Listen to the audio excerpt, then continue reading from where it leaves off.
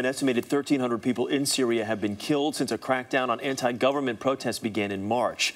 Foreign journalists are banned from Syria, so getting accurate information out of there has been very difficult. But Martin Fletcher, a reporter, the Times of London, managed to sneak in as a tourist and traveled for 6 days before being caught in the city of Homs, a focal point of the uprising. What I found was a city that was extraordinarily tense and, to all intents and purposes, under military occupation. There were soldiers, men in civilian clothes with guns or sticks on almost every corner. At the main intersections there were tanks. There were very few people on the streets. Most of the shops were closed.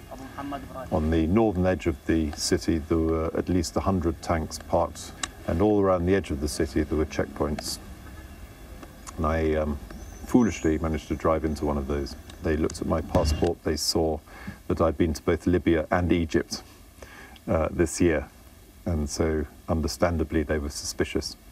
And I was taken down into a windowless basement, and when I got there I was put in a corridor, and beyond that was a steel door, and my taxi driver was brought in after me, and they opened the steel door and put him inside. And as they opened the door I saw dozens of young men sitting on the floor, huddled together.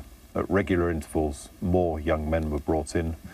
Some came in almost whimpering with fear. You could smell it. And others were defiant. Some had clearly been hit or beaten. There's one guy with a very swollen eye. The single defining characteristic was that they were young, they were able-bodied, and they were a threat to the regime.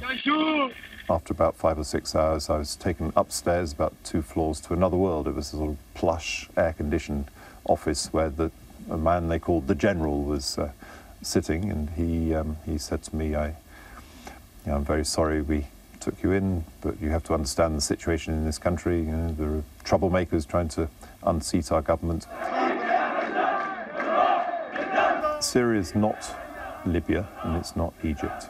There isn't the universal, visceral hatred of Assad that there was of Mubarak or is of Gaddafi. And the opposition is pretty fragmented. It's scattered around the country. It's strong in some towns, almost non-existent in others.